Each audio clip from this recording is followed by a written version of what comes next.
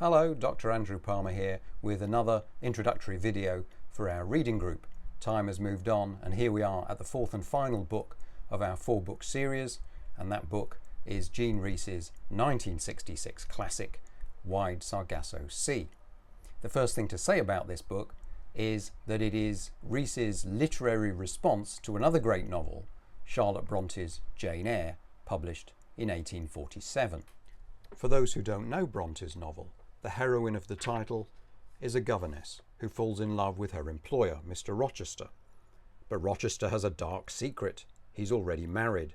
His first wife is Bertha Mason, a Creole heiress from the West Indies who, according to him, has gone mad.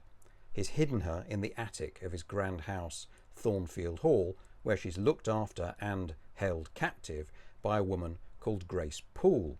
The novel ends with the crazed first wife setting fire to Thornfield and dying in the flames. This leaves Rochester blinded, but also conveniently free to marry the English heroine, Jane Eyre. Jean Rhys was a white Creole woman born in 1890 in Dominica, in what was then the British West Indies. That's where, as a child, she first read Bronte's novel. The book has a high status in the literary canon and tells the story of a humble governess with whom we're meant to sympathise. But for Rhys, it was a different book altogether.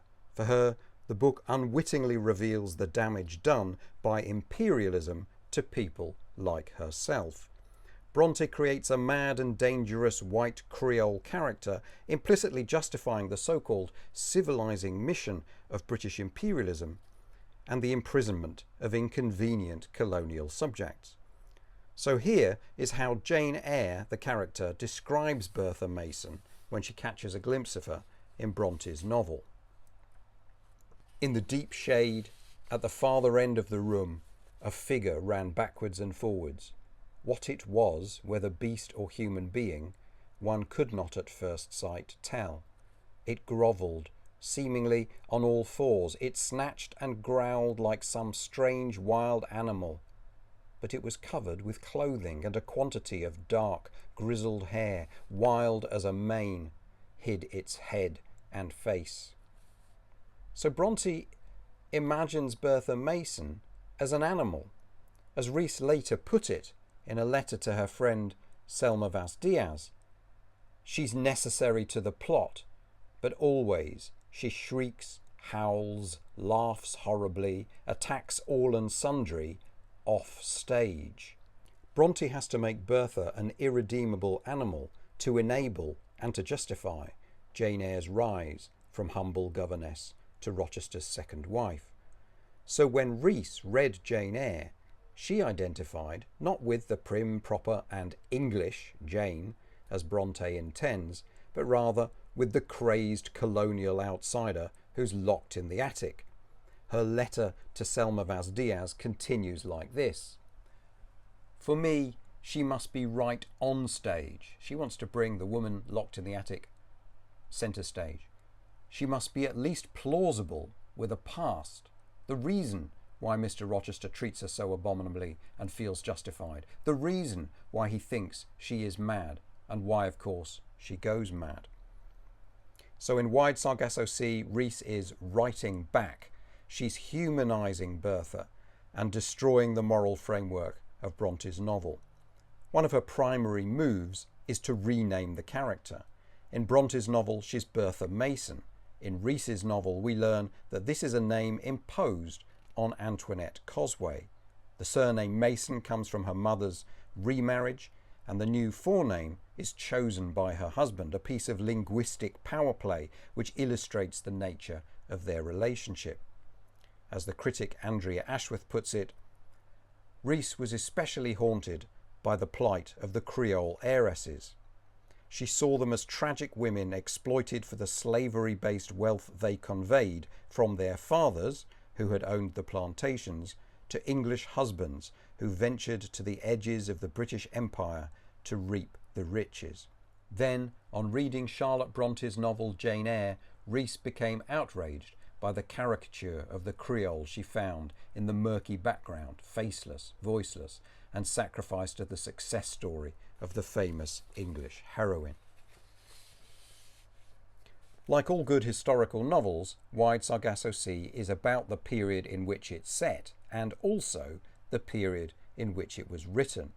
So the novel was written over an extended period from around 1939 all the way up to 1966. So that's almost a 30-year stretch, representing the final act of the British Empire, the period of its dissolution. Ahead of the Second World War, there was very much the notion in the air that for British colonies, particularly India and the colonies in Africa and the Caribbean, the time had come for them to gain their independence. The war interrupted that process, and then we had the independence of India in 1947. Then throughout the next couple of decades, various colonies gaining independence, including those in the West Indies. Jamaica, the setting of part one of the novel, had become independent in 1962. Dominica, the setting for part two, was still a colony at the time Rees was writing, and in fact, the year after the novel was published, it gained autonomy and then full independence, not until 1978. To address her moment, Rees shifts the date of the story's setting by about 30 years. Jane Eyre, the novel, is set in the first decade of the 19th century, but Wide Sargasso Sea begins after the abolition of slavery in the British Empire in 1833. So the majority of people on the island in part one are recently liberated former slaves. This increases the tension for Antoinette's widowed mother. Her husband was a slave owner, and since his death, she's been left impoverished and unprotected. The violence committed by former slaves in part one of the novel is one of the inevitable outcomes of the bloody history of slavery and plantation farming. At the heart of these historical wheels in motion, Rees places Antoinette, tainted by her late father's conduct as a slave owner, but blameless and powerless. So let's say a word about some of Rees's narrative strategies in the telling of this story. One radical move is simply to make Antoinette the chief narrator. In Jane Eyre, Bertha Mason never speaks, but as Antoinette Cosway in Wide Sargasso Sea, she is given a voice. Quite literally. She narrates events that go unreported in Jane Eyre, and over the course of the novel, Rees shows us how her alleged madness is in fact a reasonable and even a defiant response to her powerlessness. However, unlike the novel Jane Eyre, which is narrated entirely in the first person by the central character, Wide Sargasso Sea has two narrators. The first and third parts of the novel are narrated by Antoinette, but the middle section is narrated by her husband, who, by the way, is never named, but let's call him Rochester for convenience. Rees originally planned Wide Sargasso Sea as a one-voice novel in which only Antoinette would be heard, but she changed her mind, and it's very interesting to see her thoughts about this. She wrote a letter to her editor, Diana Athill, in which she wrote as follows. I started ages ago with a different idea, another kind of idea. The book began with a dream and ended with a dream. All the rest was to be a long monologue. Antoinette, in her prison room, remembers, loves, hates, raves, talks to imaginary people, hears imaginary voices answering, and overhears meaningless conversations outside. Still, I thought, nobody will get the hang of a whole book written that way at all, or a mad girl speaking all the time is too much. The critic Helen Carr imagines that Rees's earlier plan would have been, quote, a powerful and innovative work, but she goes on as follows. So was the shape Rees finally found. Two subjectivities, so tragically besieged in their different ways by the terrifying forces of colonial bitterness. Two narrative voices, each echoing, parrying, questioning the voices around them. The Rochester figure, and in brackets she quotes another letter from Rees where she said, dreadful man, but I tried to be fair. The Rochester figure is no simple brute. He too, like Antoinette, loves, fights and raves, but in the end he takes the English, colonial, masculinist way out of his pain. So we have this destabilizing moment at the start of part two of the novel. We've got used to the fact that Antoinette is the narrator, and then suddenly Rochester's voice takes over. It's a kind of rude interruption, if you like. So the form of the novel shows us the nature of his power over Antoinette. And this is how part 2 of the novel starts, in Rochester's voice. So it was all over. The advance and retreat, the doubts and hesitations, everything finished for better or for worse. There we were, sheltering from the heavy rain under a large mango tree, myself, my wife, Antoinette, and a little half-caste servant who was called Amélie. Under a neighbouring tree, I could see our luggage covered with sacking, the 2 porters and a boy holding fresh horses, hired to carry us up 2,000 feet to the waiting honeymoon house. So this represents a very radical change in tone for the novel, and we might talk in our session about how there's so much going on here, how this characterises Rochester as a man. His metaphors for the process of getting married are military at the start of this passage. He uses the unpleasant word half-caste, which sort of suggests his imperial overlordship, as well as the way he talks about servants in the latter part of this paragraph, and so on. There's lots to discuss there. By making the decision to tell the story this way, as a two-hander with 2 narrators, Rhys is able to bring to our attention the ways in which Rochester too is the victim of his own patriarchal imperialist society, rather than being the victim of his mad wife. He's a younger son who's been dispatched by his father to the colonies to buy himself an heiress. One of the devices Rhys uses to show us his victimhood is in the letters that he either writes or imagines writing to his father and others. So watch out for those as you read his section of the novel. All that said, just as we think we've understood how this novel works, Rhys adds complexity when Antoinette's voice interrupts Rochester in the middle of part 2 for about 9 pages. So this is from page 67 in your edition, starting, "I did not look up through, though I saw him at the window." So that's a key moment where we see Antoinette kind of interposing herself as a narrator into Rochester's section, as it were, and we can discuss that when we meet. In addition to the 2 main narrators, there are many other voices knocking against each other throughout the novel. In the middle of part 2, Rochester reads a long letter written by Antoinette's cousin, Daniel Cosway, in which he does the dirty on Antoinette. So that's his voice. At the start of part 3, we get a page and a half narrated by Grace Poole, the woman charged with guarding Antoinette in the attic of Thornfield Hall. But the most important of these further voices belongs to Christophine, Antoinette's friend and one-time servant, and a kind of surrogate mother to her. Christophine is the representative in the novel of the people who've been subjected by British imperialism, that is to say, made into subjects. And towards the end of part 2, there's an extended exchange, like a heated argument, between Rochester and Christophine. This is starting on page 96, with Christophine's words, "I hope you satisfy." Christophine has come to convince Rochester to be kinder, to be fair in his treatment of Antoinette. And the passage, running over about 9 pages, acts as a kind of miniature version of the whole of imperialism. It's a great piece of writing. Rochester asserts his power as a man and as a colonial master, making threats that call on the force of the law and so on. Christophine responds with a defiance that's sustained by obeah. So let's pause to say a word about obeah. This was the belief system created during the period of slavery by enslaved people, combining West African traditions of healing, curses, spells, and centering on the figure of the obeah woman or obeah man, a kind of spiritual practitioner who you went to and paid for medical services or ritual services and so on. The British authorities saw obeah as primitive, superstitious, and also dangerous, potentially a subversive force and therefore something to be suppressed. Note that at one stage in this exchange between Christophine and Rochester, Christophine's voice seems to enter Rochester's head and to speak to him from inside, from within.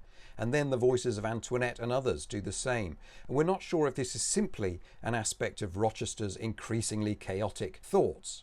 Perhaps he's the one going mad. Or if it's the result of Christophine's obeah magic. She's getting inside his head, literally, as it were.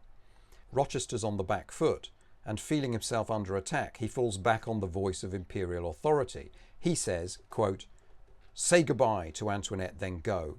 You're to blame for all that has happened here, so don't come back."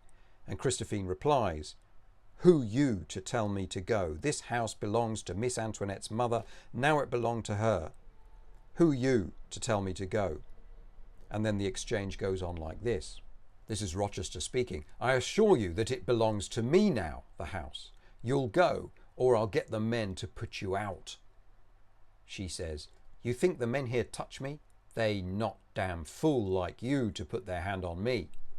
He says, "Then I will have the police up, I warn you. There must be some law and order, even in this godforsaken island."